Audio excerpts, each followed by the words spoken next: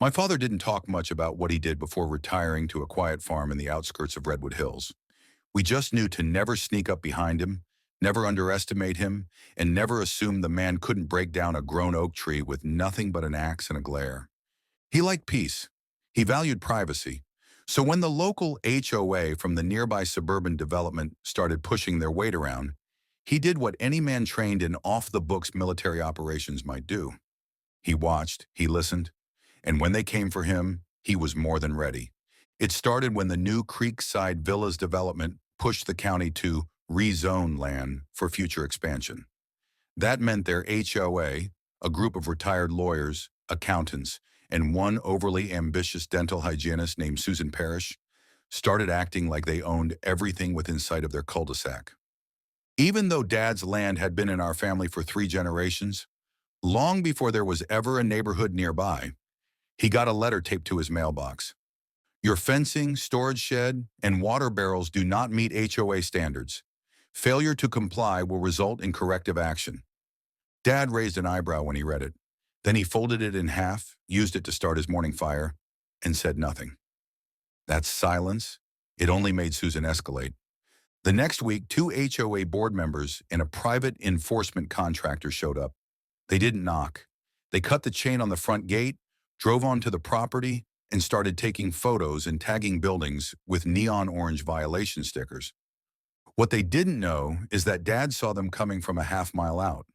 He'd long since installed motion detectors in the tree line, just in case wildlife or two-legged predators got curious. So while the enforcers were busy arguing over property lines, my father emerged from the barn in full tactical gear. I'm talking old-school black fatigues, combat boots, and that stare. The kind that made grown men confess to things they hadn't done. He didn't raise his voice, didn't threaten. He simply said, "You've got 60 seconds to get off this land, starting now." One of the men, some shaved-head wannabe tough guy, stepped forward and said, "Sir, under HOA subsection 4-2C, we have authority to issue field corrections." Dad just tilted his head. "You're trespassing on private, unincorporated land. No HOA jurisdiction. But if you'd like to file a complaint, the sheriff's department is 12 miles that way. I suggest you start running." Still, they didn't move. So Dad stepped aside and whistled. One long, sharp sound. Out from behind the barn came Boone, a 115-pound Belgian Malinois with enough training to take down cartel smugglers in the dark. He didn't bark.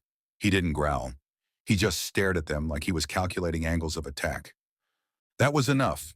The board members scrambled into their truck. The contractor dropped his clipboard. One of them even tripped over their own shoelaces trying to leap back over the broken gate. By the next morning, Susan Parrish had filed a formal complaint with the county, claiming my father had militarized his farm. Too bad for her, Dad still had friends in federal places. Within days, the county shut down the HOA's overreach.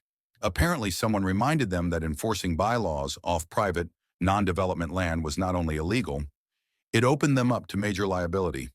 And as for Susan, she lost her board seat after residents discovered she'd used HOA funds for private surveillance drone reconnaissance flights over our farm. Creepy? Yes. Legal? Definitely not. Dad didn't even celebrate. He just went back to mending the fence and feeding the chickens. Later that week, I asked him what he would have done if they hadn't backed off. He looked up from the porch swing and said, "I gave them the easy option. That's all they needed to know." I've never been prouder or more sure that if the world ever ends, my father will still be out there, planting tomatoes and waiting for trouble to make its last mistake.